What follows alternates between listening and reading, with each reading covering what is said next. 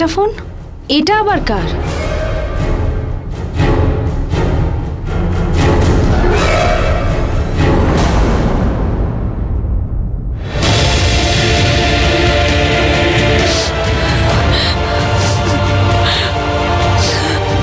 I'm missing you.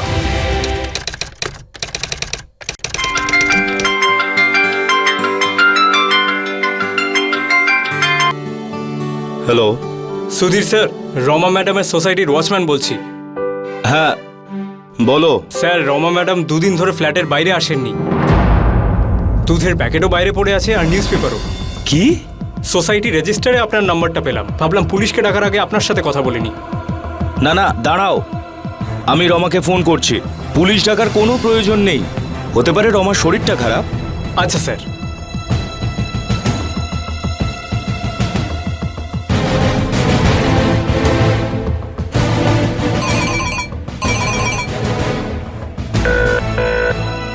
Pick up Rama, pick up.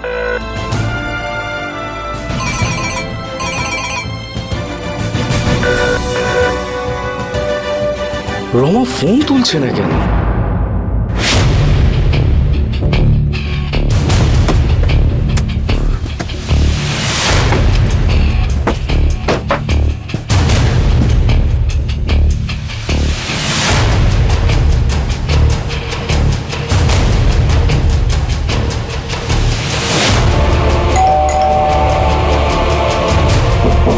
Rama,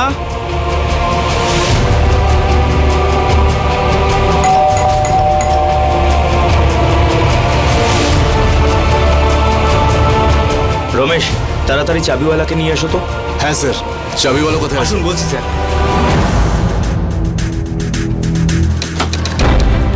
Rama, madam? Study রুমে দেখো। Rama, Rama, Rama. Sir, madam ভেতরে নেই। রমা,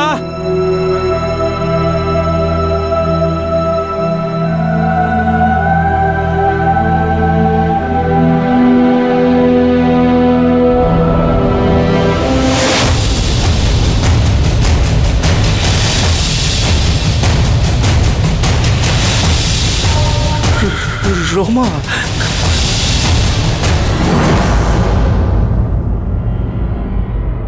স্যার এ নিন, একটু জল খেয়ে নিন। রমেশ, রমা চলে গেল। আমার বাচ্চাটাকেও সাথে নিয়ে গেল। কি হলো এটা? পুলিশকে ফোন করেছো? করেছি স্যার, এখনই চলে আসবে। বেচারা সুধীর শর্মা, খারাপ হলো না ওর সঙ্গে? ওনার ওয়াইফ রমা প্রেগনেন্ট ছিল, আর কিছুদিনের মধ্যে ওর বাড়িতে সন্তান জন্ম নিত। কিন্তু সুধীর বাবু নিশ্চয় কখনো ভাবেনি যে ওনার ওয়াইফ রমা আত্মহত্যাও করতে পারে। এটা তো বিশ্বাসই করা যাচ্ছে না যে রমা ম্যাডাম আত্মহত্যা করেছেন। উনি কত খুশি থাকতেন, আমি যখনই যেতাম উনি হেসে কথা বলতেন। আমার তো মনে হয় সুধীর স্যারের জন্যই রমা ম্যাডাম আত্মহত্যা করেছেন। আমি তো এটাও শুনেছি ওনার অন্য কারোর সাথেও সম্পর্ক ছিল। নমস্কার, আমি অমিত পাচারি। ক্রাইম অ্যালার্টের এই এপিসোডে আপনাদেরকে স্বাগত জানাচ্ছি। কানপুরে বসবাসকারী সুধীর শর্মার স্ত্রী রমা শর্মার লাশ দুদিন পরে তারই বাড়ি থেকে পাওয়া যায়। গুলি চলেছিল, কিন্তু ঘরের দরজা জানলা বন্ধ থাকার জন্য ওই আওয়াজ কেউ শুনতে পায়নি। যেভাবে এই লাশ পাওয়া গেছে এবং পিস্তল রমার হাতেই ছিল, যেটা দেখে এটা একটা আত্মহত্যার ঘটনাই মনে হচ্ছিল। কিন্তু যারা রমাকে চিনত তাদের কাছে এটা বিশ্বাস করা খুব কঠিন হয়ে গেছিল যে রমা নিজেকে মারতে পারে। পুলিশ তদন্ত চালিয়ে যাচ্ছিল। সুধীর এবং রমার সম্পর্কে প্রশ্ন উঠছিল, যার উত্তর না পাওয়া পর্যন্ত সিদ্ধান্ত নেওয়া খুবই কঠিন হয়ে গেছিল। যে সোসাইটিতে রমা থাকতো, যদি ওই ওয়াচম্যানের কথা মানেন তো সুধীর সপ্তাহে শুধুমাত্র 3 দিন রমার সঙ্গে থাকতো, তাহলে বাকি 4 দিন সুধীর কোথায় থাকতো?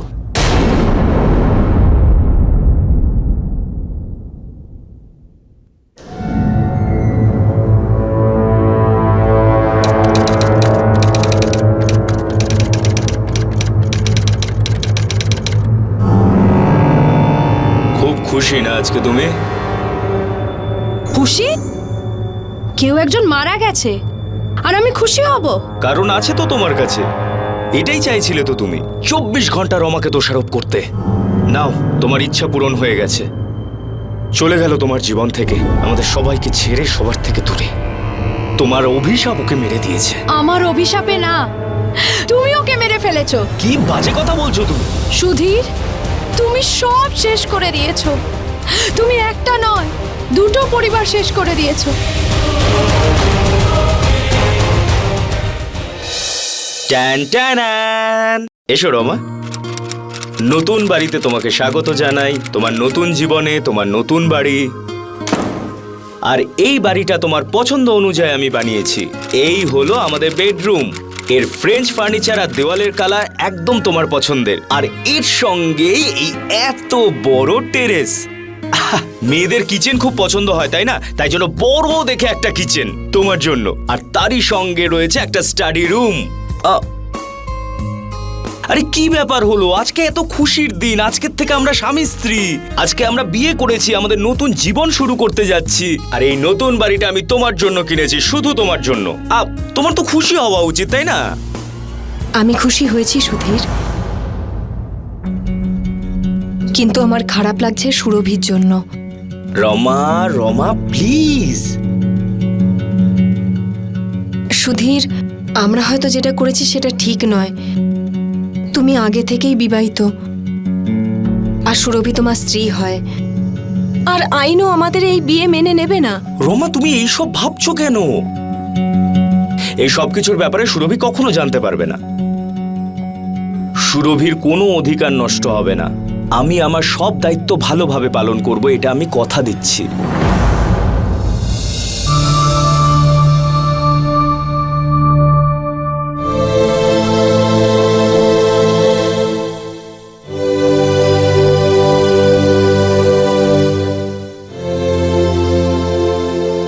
সুধীর, আজকে আবার দেরি করলে? তাড়াতাড়ি চেঞ্জ করে নাও, খাওয়াটা সেরে নেবো। খুব জোর খিদে পেয়েছে। আরে বাবা, সুরভি, খাবার তো খেয়ে নিতে পারো। সুধীর, তুমি না আসলে আমি কখনো খেয়েছি? সুরভি, কেন এরকম করো? তুমি জানো যে কাজ অনেক বেড়ে গেছে, আমার লেট হয়ে যায়, তাই বাইরে থেকেই খেয়ে আসি। আমার জন্য অপেক্ষা করো না একদম। সুধীর, আসল কারণটা কি? তুমি প্রতিদিন লেট করে কেন আসো? আমার জন্য না হোক, অন্তত নিজের মেয়ের জন্য তো তাড়াতাড়ি বাড়ি ফিরে আসো। ওর তোমাকে কত প্রয়োজন। এই এত দৌড়দৌড়ি আমি কার জন্য করি? তোমার জন্য, পিঙ্কির জন্য, পিঙ্কির ভালো ফিউচারের জন্য। তুমি তো জানোই যে এই বিজনেসটা আমি এতটা বাড়িয়েছি, তার মধ্যে কতটা ঝামেলা, কত লোকের সঙ্গে দেখা করতে হয়, বাইরেও যেতে হয়, কত দিন আমাকে বাইরেই থাকতে হয়। অন্তত তুমি তো আমাকে বোঝার চেষ্টা করো। একটা কথা মনে রেখো, তুমি আর পিঙ্কি আমার জন্য খুব ইম্পর্টেন্ট, বুঝেছো? চলো এবার গিয়ে খেয়ে নাও।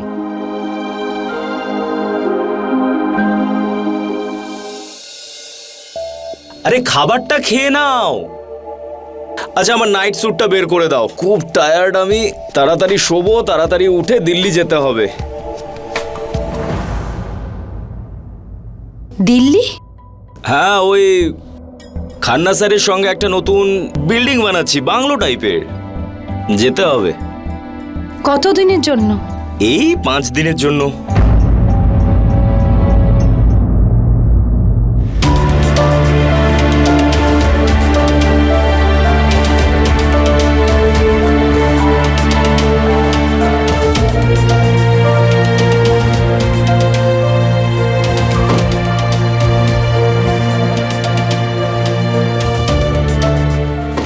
রমেশ, ব্যাগটা আমাকে দে, বাড়ি যা। আরে না স্যার, আমি উপরে রেখে চলে যাচ্ছি তো। আরে না, তুই বাড়ি যা। সুরভি পিঙ্কিকে স্কুলে নিয়ে যাবে, ওর ফ্যান্সি ড্রেস কম্পিটিশন আছে।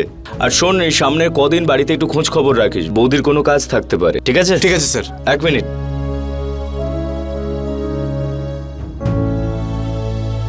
আরে না স্যার, এসবের কি? আরে রাখ, 5 দিন আমি বাড়িতে যাব না, প্রয়োজন হতে পারে।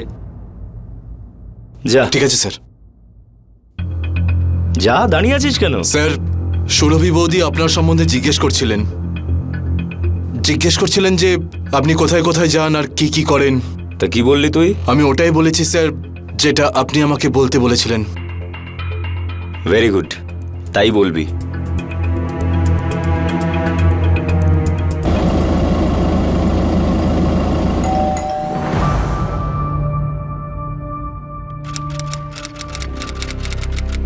গুড ইভিনিং বৌদি।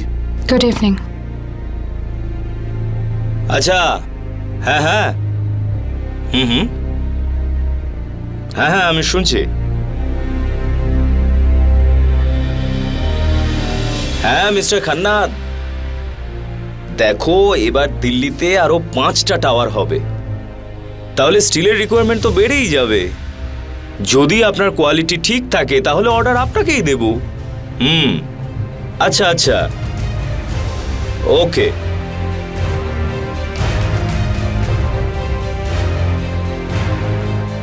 কি হয়েছে, এভাবে দেখছো কেন? তুমি গত 5 দিন ধরে দিল্লিতে ছিলে? হ্যাঁ, কেন? দিল্লিতে কোন হোটেলে ছিলে? স্কাইলার্ক, সবসময় ওখানেই উঠি। আর এই যে তুমি বিল্ডিংস বানাচ্ছ, সেগুলো লোকেশন কি? গাজিয়াবাদ, ওই হোটেলের কাছেই তো। আর তোমার মিটিংগুলো কোথায় হতো?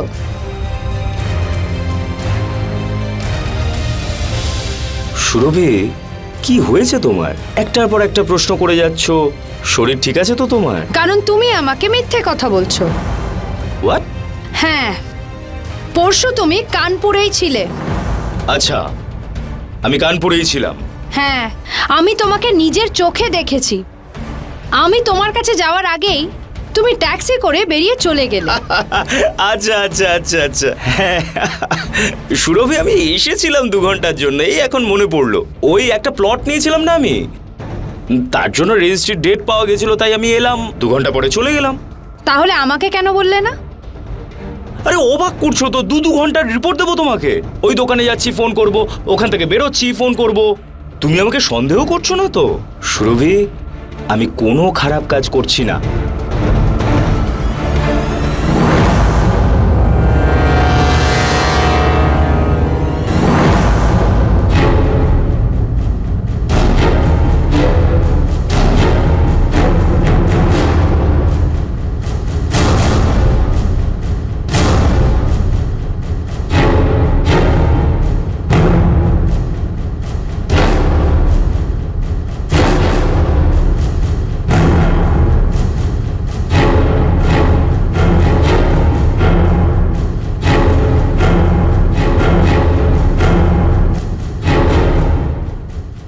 আরেকটা ফোন?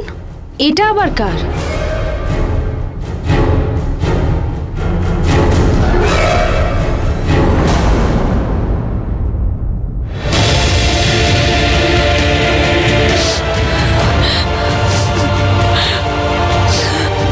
I'm missing you.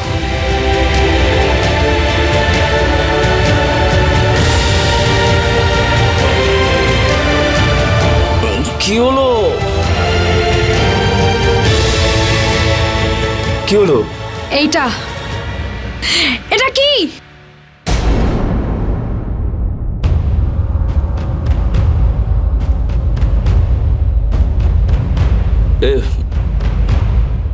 বলছি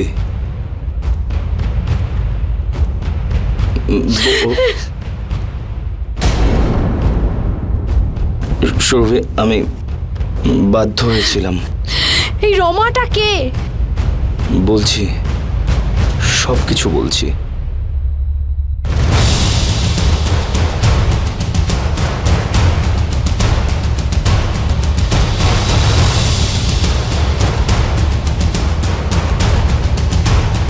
তুমি আমার সঙ্গে বিশ্বাসঘাতকতা করলে?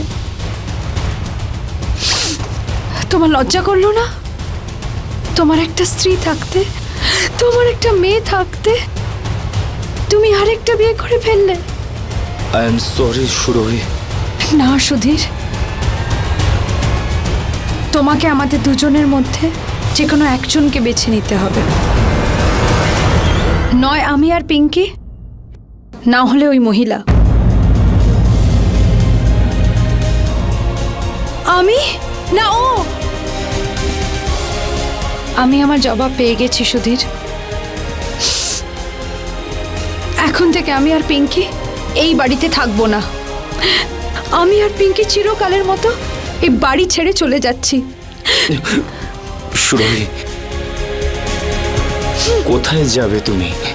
আমি জানি না, কোথাও একটা চলে যাব, কিন্তু তোমার সঙ্গে এই বাড়িতে আর 1 মিনিটও আমি থাকতে পারবো না। সুরভি, তোমার আমাকে ছাড়া কেউ নেই। সুরভি, আমি মানছি যে আমি ভুল করেছি, কিন্তু আমার ভুলের শাস্তি তুমি তোমাকে দিও না প্লিজ। আমি এটাও বুঝতে পারছি যে তুমি এখন ভীষণ ঘৃণা করছো আমায়। আমি কথা দিচ্ছি যে আমি কখনো তোমার সামনে আসবো না, কিন্তু এই বাড়ি ছেড়ে যেও না। নিজের জন্য না হলেও অন্তত পিঙ্কির কথাটা ভাবো। তোমাকে পিঙ্কির দিব্যি, প্লিজ সুরভি। আমি তোমাকে কথা দিচ্ছি যে আমি ভালো বাবা আর ভালো স্বামীর দায়িত্ব পালন করব। ইনফ্যাক্ট আমি সপ্তাহে সবথেকে বেশি টাইম পিঙ্কিকেই দেব। সপ্তাহে 4 দিন আমি এখানে থাকবো আর 3 দিন রমার কাছে। এখন ভুলটা তো আমি করেই ফেলেছি না। এখন থেকে আমি আর তুমি এই বাড়িতে অচেনার মতো থাকবো। আমি এই বাড়িতে শুধুমাত্র পিঙ্কির জন্যই থাকবো, শুধু ওর মা হয়ে, তোমার স্ত্রী নয়।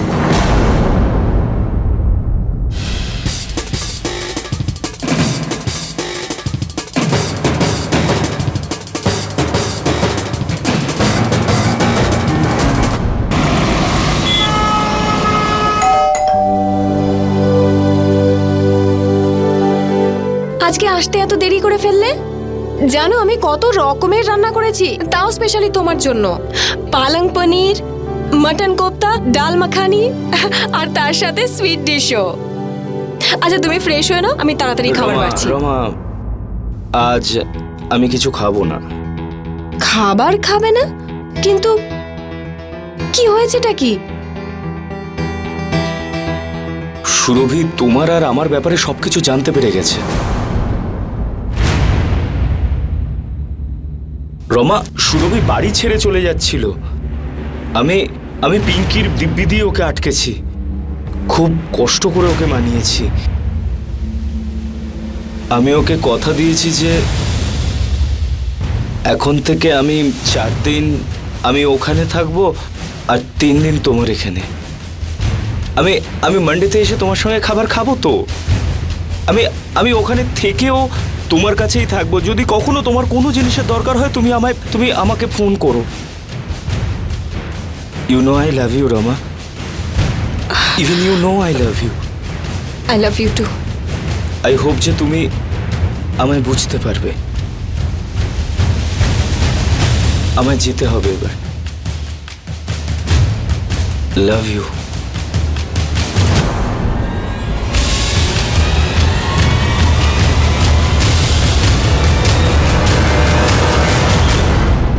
সুরভি নিজের মেয়ে পিঙ্কির জীবন বাঁচানোর জন্য ও বাড়ি ছেড়ে চলে যায়নি।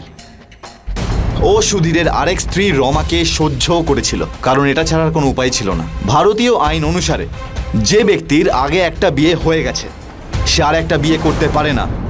যদি সেই ব্যক্তি আরও একটা বিয়ে করতে চায় তাহলে সেই ব্যক্তিকে আগের স্ত্রীকে ডিভোর্স দিতে হবে। ডিভোর্স না দিয়ে আর একটা বিয়ে করা আইনত অপরাধ, আইপিসি ধারা 494 এর অন্তর্গত।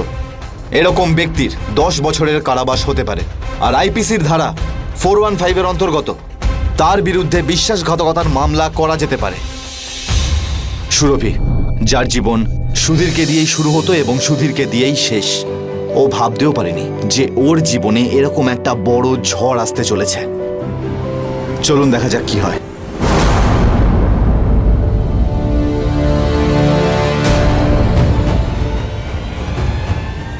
আগে আপনি? আমি সুরভি শর্মা, সুধীর শর্মার প্রথম স্ত্রী।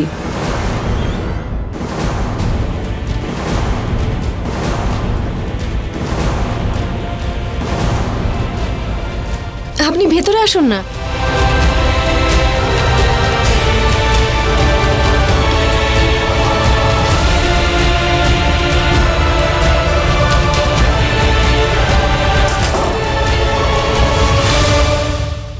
তো তুমি সে যে আমার বিবাহিত জীবনটাকে একেবারে শেষ করে দিয়েছে। যখন সুধীরের সাথে আমার ভালোবাসা হয় তখন আমি জানতাম না যে ওর আগেই একটা স্ত্রী আছে। দেখুন, কখনোই আমি কারোর ঘর ভাঙতে চাইনি। আমি শুধু চেয়েছি যে আমার একটা সংসার হোক। Shut up! একদম চুপ করে থাকবে। তুমি আমার বাড়ি, আমার অধিকারকে নষ্ট করে দিয়ে বিলাসবহুল সংসার তৈরি করেছো।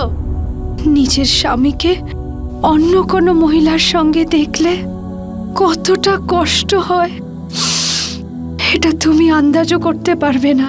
আপনার কষ্টটা বুঝতে পারছি আমি, কিন্তু আমি আপনার মতো অভিযোগ করতে পারবো না, শুধু সহ্য করতে পারি।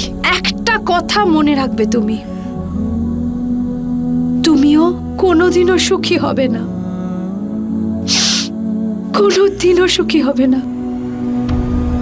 এটা আমার অভিশাপ তোমাকে।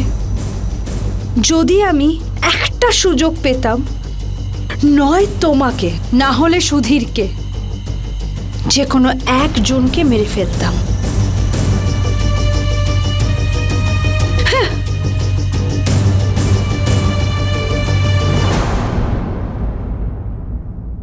কি হচ্ছে এসব? কি হচ্ছে এসব? কেন গেছিলে তুমি রমার সঙ্গে দেখা করতে? আরে এতে ওর কোনো দোষ নেই, শুধু আমার দোষ। অভিশাপ দিতে হলে আমায় দাও। আর কোনোদিন রমার সঙ্গে দেখা করতে যাবে না তুমি, আর না ওর সঙ্গে কোনো রকম কন্ট্যাক্ট রাখবে। বুঝেছো আমার কথা? বুঝেছো কি বোঝনি?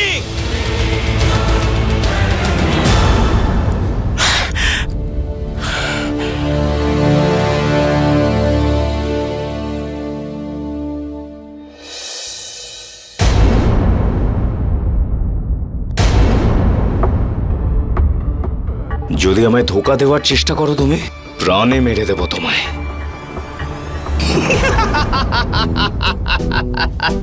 মুখটা দেখো। এটা তোমার জন্য নিয়ে এসেছি। আরে বাবা, 4 দিন আমি এই বাড়িতে থাকি না। তোমার সুরক্ষার জন্য, তোমার প্রোটেকশনের জন্য এটা জরুরি। আরে আমি তো এটা চালাতেও পারি না, কি করব আমি এটা সেটারও দিয়ে? ব্যবস্থা করে দিয়েছি। রমেশ তোমাকে কানপুরের শুটিং ক্লাবে নিয়ে যাবে, সপ্তাহে 2 দিন যেতে হবে, আর তোমাকে প্র্যাকটিস করতে হবে, ঠিক আছে? কিন্তু তুমি থাকতে আমার এসব।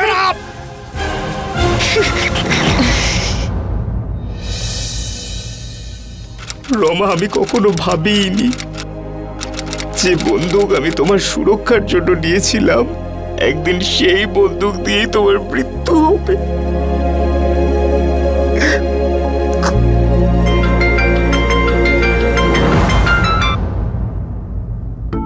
হ্যালো, হ্যাঁ ইন্সপেক্টর।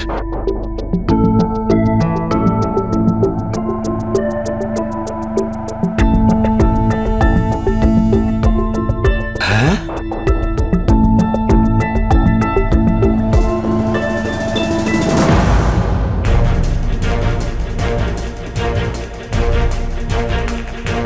রমার মোবাইল থেকে পুলিশ একটা সুইসাইড নোট পেয়েছে। ফোনের ড্রাফটে সেফ ছিল সবকিছু। রমা নিজের মৃত্যুর জন্য তোমাকে দায়ী করেছে। সুরভি, আমি তোমাকে না করেছিলাম না রমার সঙ্গে কথা বলতে বা দেখা করতে, তাহলে কেন গেছিলে তুমি?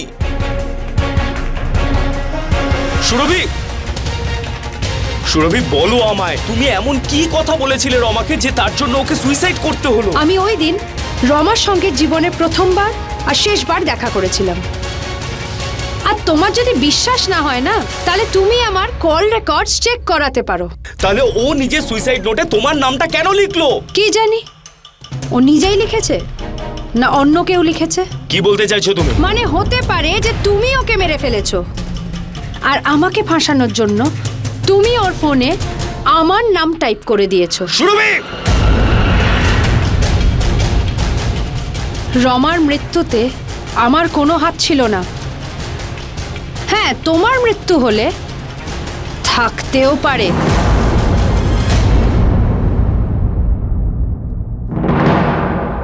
সুরভির নাম রমার যে সুইসাইড নোটটা লিখেছিল তাতে লেখা ছিল, কিন্তু তবুও সুরভির বিরুদ্ধে পুলিশ কোনো রকম পদক্ষেপ নেয়নি। আর তার কারণ ছিল পোস্টমর্টম রিপোর্ট, যেখানে একদিকে রমার মৃত্যুকে আত্মহত্যার চোখে দেখা হচ্ছিল, ঠিক অন্যদিকে এই পোস্টমর্টম রিপোর্ট অন্য কোনো গল্প বলছিল। গুলি রমার লেফট কপালে লেগেছিল, যেখানে রমা কিন্তু রাইট হ্যান্ডেড ছিল। একজন রাইট হ্যান্ডারের জন্য নিজের বাঁ হাত দিয়ে নিজের মাথায় গুলি করা জাস্ট ইম্পসিবল। চলুন মেনে নিচ্ছি যে রমা নিজেকে গুলি করেছে, কিন্তু যদি রমা নিজেকে এইভাবে বাঁদিক দিয়ে গুলি চালাতো তাহলে গুলি ওর মাথা ভেদ করে এইখান থেকে বেরিয়ে যেত। কিন্তু পোস্টমর্টম রিপোর্ট অনুযায়ী ওই গুলি এইখান দিয়ে ঢুকে এইখান দিয়ে বেরিয়ে যায়। এর মানে হলো একটাই, যে রমা নিজেকে গুলি মারেনি, ওকে খুন করা হয়েছে। পুলিশ এটা খুব ভালো করেই জানতো, যেই এই রমাকে খুন করে থাকুক না কেন এবং যে এই হত্যাকে আত্মহত্যা বলার চেষ্টাও করেছে, সে রমার চেনা পরিচিতই ছিল, কারণ বাড়ির একটাও লক ভাঙেনি। তার মানে হলো এই যে রমা নিজের ইচ্ছায় সেই ব্যক্তিকে নিজের ঘরে আসতে দিয়েছিল। কিন্তু সবথেকে আশ্চর্যকর বিষয় এটাই যে ওই দিনে সোসাইটির সিসিটিভি ক্যামেরা কাজ করছিল না। আর এই বিষয়টা সম্বন্ধে সেই জানতে পারে যে সোসাইটিতে আসা যাওয়া করছে। ওয়াচম্যান রমার ঘরে কাউকেই যেতে আসতে দেখেনি। পুলিশ সব সম্ভাবনাকেই ভালো করে খুঁটিয়ে দেখছিল, কিন্তু সুধীরের জীবনে কি এমন কোনো রহস্য ছিল যে বিষয়ে তাদের কিছু জানা ছিল না?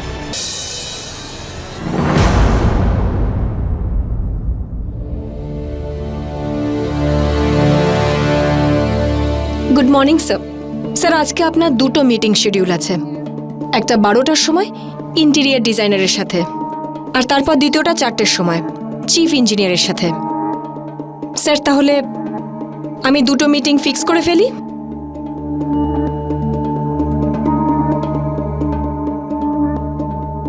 কি হয়েছে নয়না, এত ফর্মালিটি কেন? কারণ আমি আপনার সেক্রেটারি। হ্যাঁ, সেটা তো ঠিক, সবাই জানে যে তুমি আমার সেক্রেটারি। আমার গার্লফ্রেন্ডও তো তুমি। হ্যাঁ, ঠিকই বলেছেন আপনি, শুধু গার্লফ্রেন্ডই তো আমি। নয়না, আমি কি করেছি? কেন এত আপসেট? আপনি আমাকে এটাও বলার প্রয়োজন মনে করলেন না যে আপনার আরও একটা স্ত্রী আছে, রমা শর্মা, যাকে আপনি খুব ভালোবাসতেন। তাহলে আমার কি মূল্য আপনার জীবনে? হ্যাঁ, আমি তো এটা বুঝতেই পারছি না যে আপনার জীবনে আমার জায়গাটা কোথায়। আমি কি শুধুই তাহলে টাইম পাস? তুমি এরকম বলছো কেন? স্যার, আমি আজকেই আমার রেজিগনেশন দেব। আমার আপনার অফিসে জব করার কোনো ইচ্ছে নেই, না সেক্রেটারি হিসেবে না আপনার গার্লফ্রেন্ড হিসেবে। নয়না,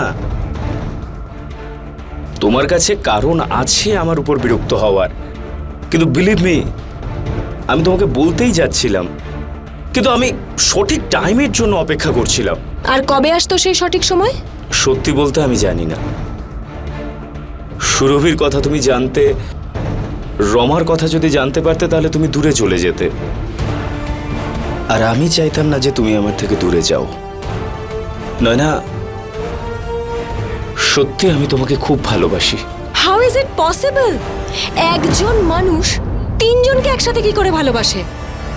প্রথমে সুরভি ম্যামকে, তারপর রমাকে, আর এখন আমাকে। শুনেই অদ্ভুত লাগছে। আরে বাবা, প্রেমে কোনো লজিক হয় না, কোনো তত্ত্ব নেই এর, শুধু হয়ে যায়। আমি কি করে বিশ্বাস করব? নয়না, আমাকে বিশ্বাস করো, আমি সত্যি বলছি, তোমাকে খুব ভালোবাসি। মুখে বলে কি হবে? যদি সত্যি ভালোবেসে থাকো তাহলে প্রমাণ করে দেখাও।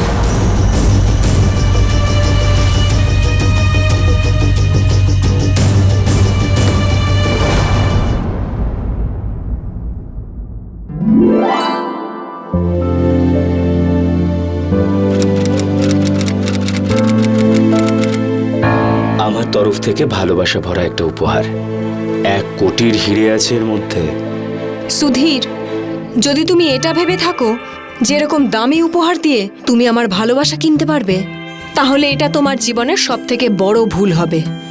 আমি এরকম মেয়ে নই যে টাকার পিছনে দৌড়চ্ছে। আমার কাছে ইম্পর্টেন্ট হলো ভালোবাসা। আমার কমিটমেন্ট আমার কাছে মূল্যবান। নয়না, কমিটমেন্ট আছে তো তোমার আর আমার মধ্যে। একজন গার্লফ্রেন্ড আর বয়ফ্রেন্ডের? আমার কাছে আমার ফিউচারও কিন্তু ইম্পর্ট্যান্ট। নয়না, আমার কাছে তোমার জন্য একটা সারপ্রাইজ আছে। আমি তোমাকে বিয়ে করতে যাচ্ছি। সত্যি?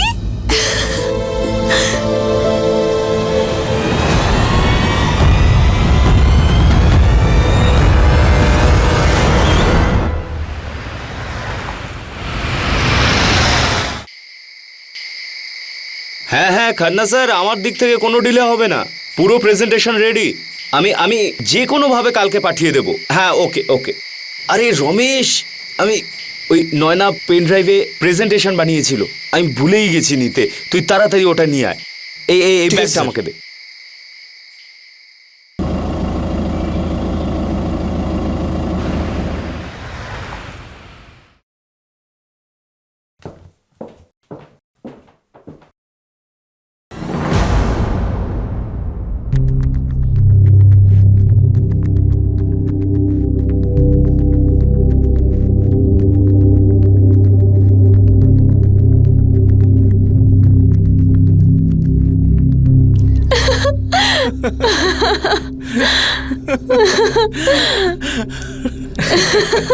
খুব তাড়াতাড়ি সবকিছু একদম ঠিক হয়ে যাবে।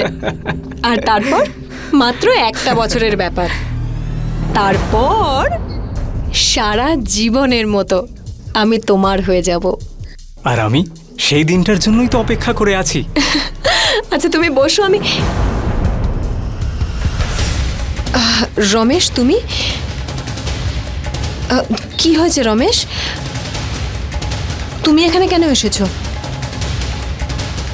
আসলে আপনি সুধীর স্যারকে কোনো পেন ড্রাইভ দেবেন বলেছিলেন, শুধু ওটাই নিতে এসেছি। হ্যাঁ, এক মিনিট। তুমি এখন যাও, পরে তোমাকে সবকিছু বলবো।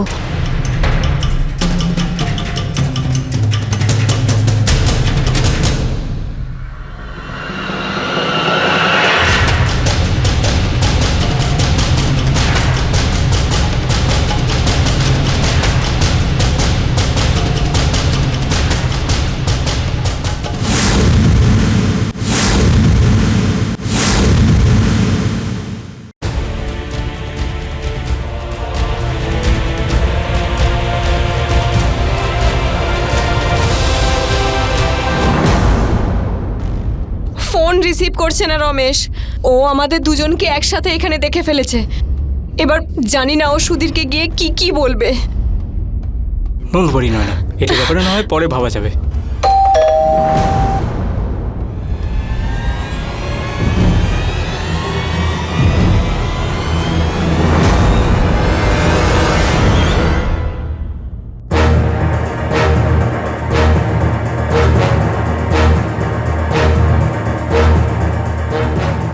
রমেশ, তোমাকে আমি ফোন করছিলাম, তুমি রিসিভ করছিলে না কেন?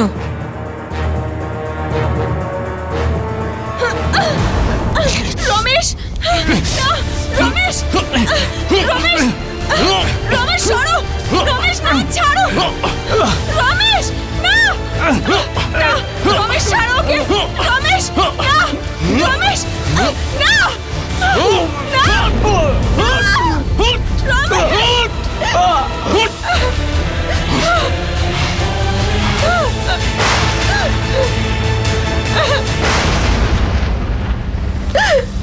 জয়, কি করলে? জয়, জয়, জয়। ফুর্তি করতে গিয়ে রমেশ এক অসহায় মেয়েকে হত্যা করল। কিন্তু হত্যার উদ্দেশ্য কি ছিল? যদি নয়নাকে অন্য কোনো পুরুষের সঙ্গে দেখে সে এতটা রেগে গিয়েছিল, তাহলে তার কারণটা কি? রমেশ নিজের বস সুধীর শর্মার কাছে না গিয়ে একটা অন্যায় করে ফেলল এবং নিজের এই অন্যায় স্বীকার করতে ও সোজা পুলিশ স্টেশন গিয়ে পৌঁছয়। যখন রমেশ সবার সামনে নিজের অপরাধের ওপর থেকে পর্দা সরাতে শুরু করলো, তখন একটার পর একটা রহস্য খুলতে থাকে।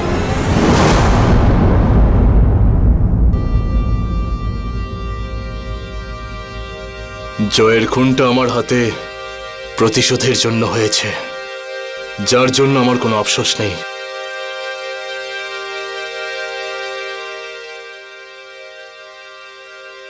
আমরা আপনাদের সমস্ত ফোন ট্র্যাক করেছি।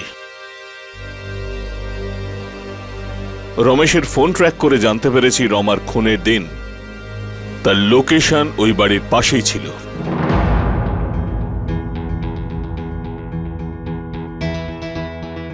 রমার খুন কি করে করলে তুমি নিজে মুখে বলবে না আমরা বলাবো? আমি জানতাম যে সোসাইটির ওয়াচম্যান লাঞ্চ করার জন্য বাইরে যেত আর 40 মিনিট পর ফিরে আসতো। আমি ওই দিন ওর যাওয়ার জন্যই অপেক্ষা করছিলাম।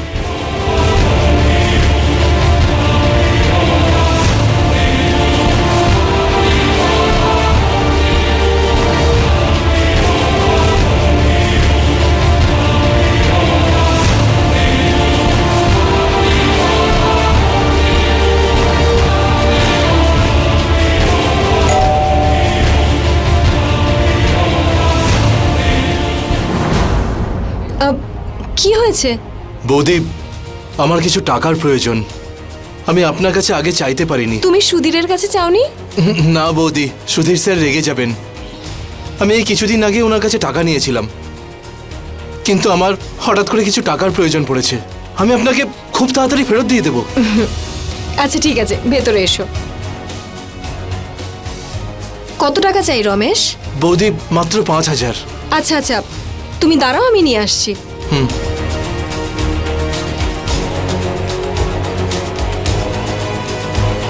আমি জানতাম যে রমা বৌদি তার গানটা কোথায় রাখতেন, কারণ আমি ওনাকে শুটিং ক্লাবে নিয়ে যেতাম আসতাম।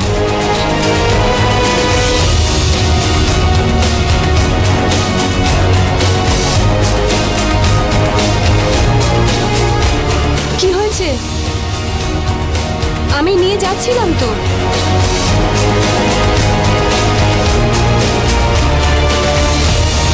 এটা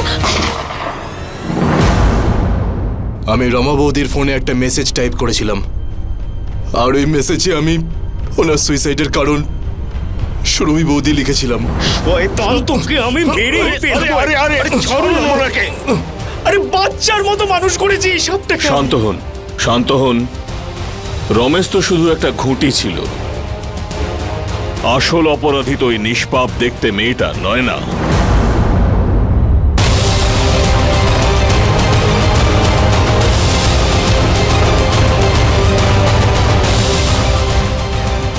কেন মারতে চেয়েছিলেন রমা শর্মাকে? মুখ বন্ধ করে থাকলেই প্রমাণ লোপ করা যাবে না নয়না দেবী, বলুন।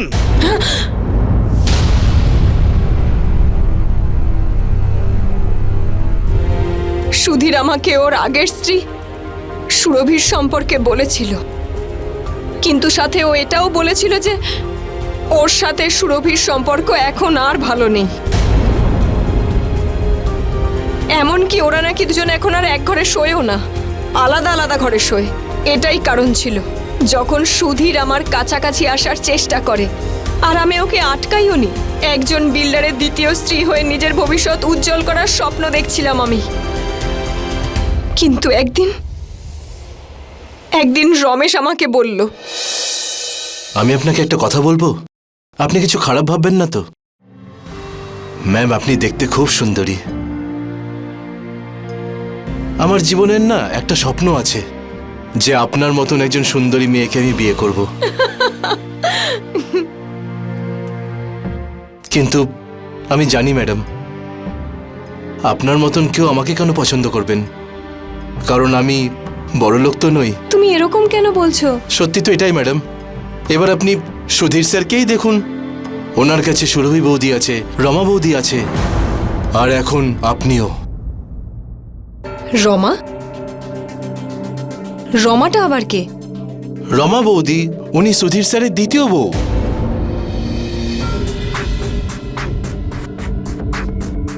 সুধীরের দ্বিতীয় স্ত্রী আছে? হ্যাঁ, সুধীর স্যার আপনাকে কিছু বলেননি? না। ম্যাম প্লিজ, আপনি সুধীর স্যারকে এগুলো বলবেন না যে আমি রমা বৌদির ব্যাপারে আপনাকে বলে দিয়েছি। জানতে পারলে উনি খুব রেগে যাবেন। না, বলবো না। কিন্তু এবার তুমি আমায় বলো যে সুধীর আর রমার মধ্যে সম্পর্ক কিরকম। সুধীর স্যার রমা বৌদিকে খুব ভালোবাসেন, সুরভি বৌদির থেকেও বেশি। আর সুধীর স্যার তো রমা বৌদিকে একটা বাড়িও গিফট করেছেন, কানপুরের সব থেকে বড় লোক এলাকায়, খুব দামি নিশ্চয়।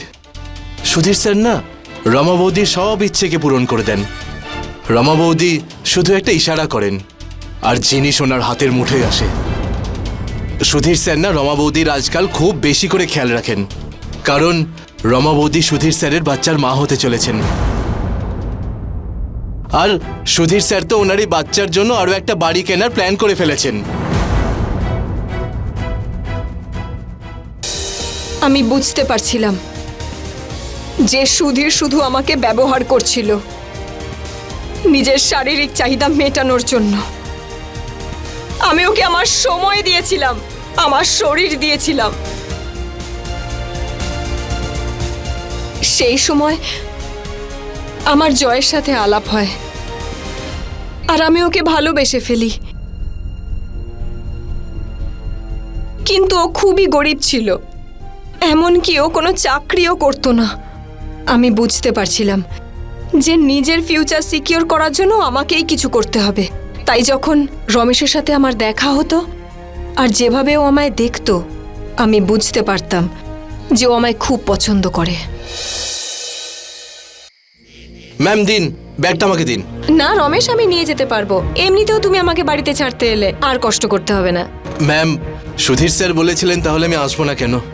কোনো ব্যাপার নয় রমেশ। না না ম্যাম, ব্যাগটা আমাকে দিয়ে দিন, আমি নিয়ে যাচ্ছি।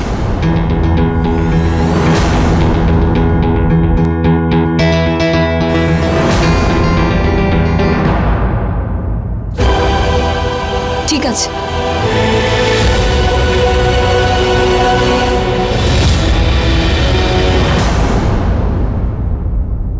আমি এটা বুঝতে পারছিলাম যে সেই মানুষটা কে, যে আমার হয়ে কাজ করবে। সে হলো রমেশ। সেই কারণে আমি রমেশকে আরো নিজের কাছে আসতে দিলাম। আমার তো বিশ্বাসই হচ্ছে না যে তোমার মতন এত সুন্দরী, এত পড়াশোনা জানা মেয়ে আমার এত কাছে এসেছে। তুমি একজন ভালো মানুষ রমেশ, সুধীরের মতো নও, যার দুজন স্ত্রী আর গার্লফ্রেন্ডও আছে। তুমি আমার জন্য কি করতে পারো রমেশ? সবকিছু। আমি তোমার জন্য সবকিছু করতে পারি। খুন করতে পারবে? কি হলো, ভালোবাসার ভূত ঘাড় থেকে নেমে গেল? তোমার দ্বারা হবে না, তুমি ছেড়ে দাও। আমার কাছে একটা প্ল্যান ছিল, কিন্তু এখন আমি জানি যে তা কখনো সাকসেসফুল হবে না। তুমি আমায় ভুলে যাও। কি প্ল্যান আছে তোমার কাছে? সুধীর সব থেকে বেশি রমাকে ভালোবাসে। সুরভি তো ওর সাথে বাধ্য হয়ে রয়েছে নিজের মেয়ের জন্য। যদি ওর লাইফ থেকে রমা দূরে চলে যায়, তাহলে ওর মন শুধু আমার দিকেই থাকবে। আর তারপর আমি ওকে আমার ভালোবাসার জালে ফাঁসিয়ে ওকে বিয়ে করব আমি। আর তারপর যা কিছু রমার, সেই সব কিছু সব আমার হয়ে যাবে। তার সেই বড় বাড়ি, ওর সমস্ত গয়না, এমনকি ওদের হবু সন্তানের জন্য ও যে নতুন বাড়ি কিনেছে, সেটাও আমার হয়ে যাবে। ব্যাস, তারপর আমি রোজ ওর সাথে কথায় কথায় ঝগড়া করব আর ডিভোর্স দেওয়ার জন্য ওকে বাধ্য করে দেবো আমি। তারপর আমি তোমাকে, যাকে আমি ভালোবাসি, বিয়ে করব। আর তখন আমাদের কাছে টাকা থাকবে, বাড়ি থাকবে, সারাটা জীবন আমরা সুখে কাটাবো। Ramesh, I love you. I love you Ramesh. আর রমেশই আমাকে বলেছিল যে রমার কাছে ওর পার্সোনাল গান আছে। আর সেই দিনই রমেশ আর আমি ঠিক করলাম যে আমরা রমার খুন ওর পিস্তল দিয়েই করব। আর তারপর সমস্ত দোষ সুরভির ওপর চাপিয়ে দেব। আরে ঘেন্না হয় তোমার উপর। তুমি তো ব্যাস, মাফ করবেন সুধীর বাবু, কিন্তু এই সবের জন্য কোনো না কোনো কারণে আপনিই দায়ী। আপনারা বিয়ে ব্যাপারটাকে ছেলে খেলা করে ফেলেছেন। ভালোবাসা এরকম হয় নাকি যে বারবার হয়ে যায়? আপনার ওপরও আমরা চার্জশিট ফাইল করব। বিবাহিত হওয়া সত্ত্বেও আপনি আরেকটা বিয়ে করেছিলেন। আর আপনি আপনি এত সহজে একজন মানুষকে খুন করবার কথা ভাবলেন। আপনি ভাবলেন আপনি রমাকে খুন করাবেন আর কখনো ধরাও পড়বেন না।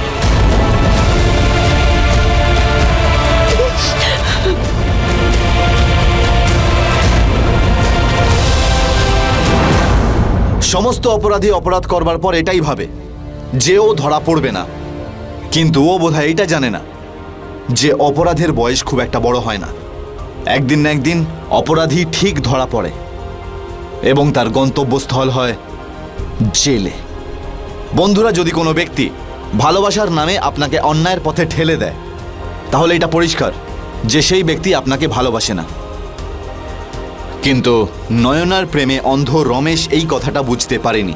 সুধীর শর্মার মতন বড় লোকদের এই কথাটা বুঝে নেওয়া উচিত যে মেয়েরা তার প্রতি শুধুমাত্র টাকার জন্যই আকর্ষিত হয়, তার ব্যক্তিত্বর সঙ্গে কোনো রকম সম্পর্ক নেই। বন্ধুরা, উচ্চাকাঙ্ক্ষী হওয়া খুবই ভালো কথা, কিন্তু যদি উচ্চ আকাঙ্ক্ষা লোভে পরিণত হয় তবে সেটা খুবই ভয়াবহ রূপ ধারণ করে। নয়না মিত্তলের সঙ্গে এটাই ঘটেছিল। ওর লোভ ওকে একেবারে শেষ করে দিয়েছিল।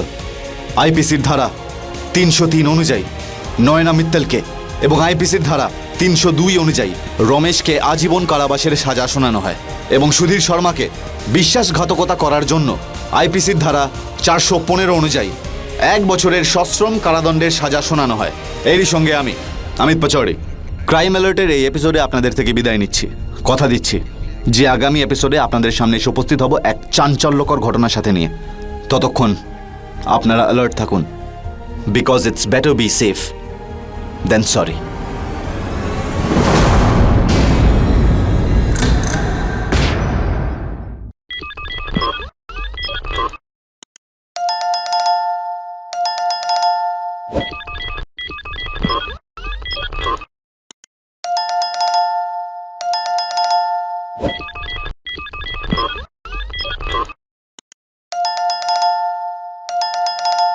you